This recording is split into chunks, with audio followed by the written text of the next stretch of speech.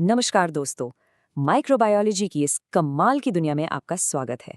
आज हम एक बहुत ही दिलचस्प चीज के बारे में जानने वाले हैं कि वैज्ञानिक इन छोटे छोटे अदृश्य जीवों को लैब में आखिर उगाते कैसे हैं, या कह लीजिए कि उन्हें कल्चर कैसे करते हैं। तो चलिए शुरू करते हैं। अच्छा, कभी आपने ये सोचा है कि जब आप बीमार होते हैं तो डॉक्टर को एकदम पक्के तौर पर कैसे पता चलता है कि आपको किस बैक्टीरिया ने परेशान किया है? हजारों में से वो एक कौन है? यही सवाल आज के हमारे इस एक्सप्लेनर के सेंटर में है। देखिए, असल में मुश्किल ये है कि जब डॉक्टर आपका कोई सैंपल लेते हैं ना, तो उसमें लाखों करोड़ों अलग अलग तरह के माइक्रोब्स होते हैं। कुछ अच्छे, कुछ बुरे और कुछ जो बस यूं ही घूम रहे हैं। पर बीमारी तो किसी एक की वजह से हो रही है।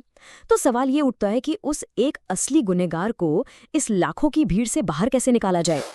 और बस यहीं पर कल्चर का जादू काम आता है। कल्चरिंग का सीधा सा मतलब है माइक्रोब्स को शरीर के बाहर लैब में उनकी पसंद का खाना पीना और माहौल देना, ताकि वो आराम से बढ़ सकें। इसे आप ऐसे समझिए कि हम लैब में बैक्टीरिया के लिए एक 5 स्टार होटल बना रहे हैं, जहां टेम्परेचर से लेके ऑक्सीजन तक सब कुछ उनके हिसाब से होता है। ठीक है, तो अब हम इन माइक्रोब्स को उगाना शुरू करें उससे पहले एक बहुत ही ज़रूरी एक गोल्डन रूल है जिसका हमें पालन करना ही पड़ता है। अगर ये रूल ज़रा सा भी चूका तो हमारी सारी मेहनत पर पानी फिर सकता है। जानना चाहेंगे क्या है वो रूल? और वो रूल है असेप्टिक टेक्निक। सीधे सीधे कहें तो ये कुछ ऐसे तरीके हैं जिनसे हम अपने एक्सपेरिमेंट को बाहर के फालतू कीटाणुओं से बचाते हैं। ये बिल्कुल एक इनविजिबल शील्ड की तरह है जो हमारे कल्चर को एकदम प्योर रखती है, ताकि नतीजे बिल्कुल सटीक आएं। तो इसमें हम करते क्या हैं? भाई, सबसे पहले तो अपने सारे औजारों को स्टेरिलाइज करते हैं, जैसे लूप को आग में तपाकर। फिर हम हमेशा एक जलती हुई लौ के पास काम करते हैं। इससे क्या होता है? हवा में मौजूद कीटाणु दूर रहते हैं। और हाँ, सबसे जरूरी, किसी भी स्टेरिल चीज को हाथ नहीं लगाना। हर एक स्टेप का बस एक ही मकसद है, प्योरिटी। तो ठीक है, हमारी इनविजिबल शील्ड तो रेडी है। अब बात करते हैं उन तरीकों की, उन मेथड्स की जिनसे साइंटिस्ट इन माइक्रोब्स को अलग अलग करते हैं और उन्हें ग्रो करते हैं। और शुरुआत करते हैं आइसोलेशन के लिए सबसे जरूरी टेक्निक से। इसे कहते हैं स्ट्रीक प्लेट मेथड। ये ना एक आर्टिस्ट की टेक्निक जैसी है। इसका मकसद है एक मिली-जुली भीड़ में से एक एक बैक्टीरिया को अलग करके उसकी एक साफ सुथरी अकेली कॉलोनी बनाना। और ये काम कैसे करता है? बड़ा मजेदार है। सबसे पहले हम सैंपल को प्लेट के एक छोटे से कोने में फैलाते हैं। ये हो गया हमारा क्वाड्रेंट 1। फिर लूप को साफ करके क्वाड्रेंट 1 से थोड़े से बैक्टीरिया खींचकर क्वाड्रेंट 2 में फैलाते हैं।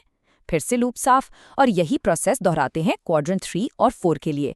हर स्टेप में बैक्टीरिया कम होते जाते हैं और आखिर में चौथे क्वाड्रेंट में हमें मिलती हैं अकेली अकेली एकदम प्योर कॉलोनीज। लेकिन सोचिए, अगर हमें सिर्फ बैक्टीरिया को अलग नहीं करना बल्कि उन्हें गिनना भी हो तो तब क्या? उसके लिए हमारे पास दो मेन तरीके हैं, स्प्रेड प्लेट और पोर प्लेट। देखो, स्प्रेड प्लेट में हम सैंपल को अगर की सतह के ऊपर फैलाते हैं, सिंपल। लेकिन पोर प्लेट में हम सैंपल को पिघले हुए अगर के साथ मिक्स करते हैं और फिर प्लेट में डालते हैं। इससे क्या होता है? बैक्टीरिया सतह पर भी उगते हैं और अगर के अंदर भी। और भी कई तरह की कल्चर टेक्निक्स हैं, जैसे कि ब्रॉथ कल्चर। यह हम तब करते हैं जब हमें ढेरों बैक्टीरिया एक साथ चाहिए हो। फिर एस्लांट कल्चर, जो कल्चर को लंबे समय तक स्टोर करने के लिए एक सेफ हाउस जैसा है।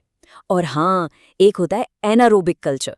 यह उन जिद्दी बैक्टीरिया के लिए है जिन्हें ऑक्सीजन से बिल्कुल नफरत है। चलो, हमने बैक्टीरिया को अलग करना तो सीख लिया, पर भाई वो खाएंगे क्या? अब बात करते हैं उनके खाने की, उनके लंच बॉक्स की, जिसे साइंटिफिक भाषा में कहते हैं कल्चर मीडिया। तो कल्चर मीडिया है क्या? असल में ये पोषक तत्वों का एक स्पेशल मिक्सचर है। समझ लीजिए, बैक्टीरिया के लिए एक परफेक्ट रेसिपी। इसमें कार्बन, मिनरल्स, पानी, मतलब वो सब कुछ है जो उन्हें बढ़ने और फलने फूलने के लिए चाहिए। अब ये मीडिया भी बड़े अलग अलग तरह के होते हैं। सबसे पहले है सिलेक्टिव मीडिया। इसको आप एक वीआईपी ओनली पार्टी समझिए। इसमें सिर्फ कुछ खास तरह के माइक्रोब्स को ही एंट्री मिलती है। बाकियों को ये मीडिया बढ़ने ही नहीं देता, गेट से ही बाहर कर देता है। फिर आता है डिफरेंशियल मीडिया। ये एक ऐसा स्टेज है जहां अलग अलग बैक्टीरिया अपने असली रंग दिखाते हैं। मतलब इस मीडिया पर वो कुछ ऐसा करते हैं, जैसे रंग बदल लेते हैं, जिससे हम उन्हें देखकर ही पहचान जाते हैं कि कौन क्या है। और कुछ बैक्टीरिया होते हैं बड़े नखरे वाले, हम उन्हें कहते हैं फेस्टिडियस। इनके लिए होता है एनरिच्ड मीडिया।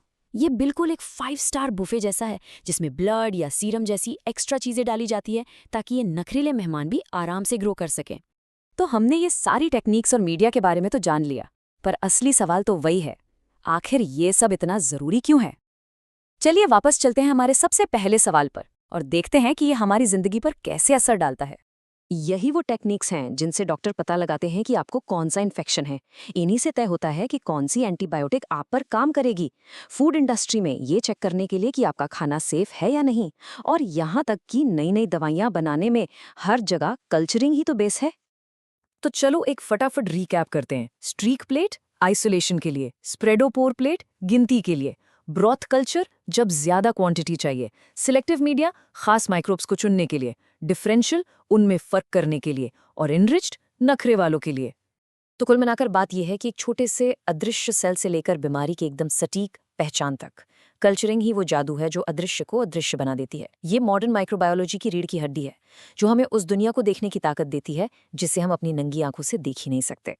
तो अगली बार जब आप दही खाएंगे ना, तो 1 सेकंड के लिए सोचिएगा कि आप भी लाखों अच्छे बैक्टीरिया का एक कल्चर ही तो खा रहे हैं। है ना कमाल की बात कि ये साइंस हमारी रोज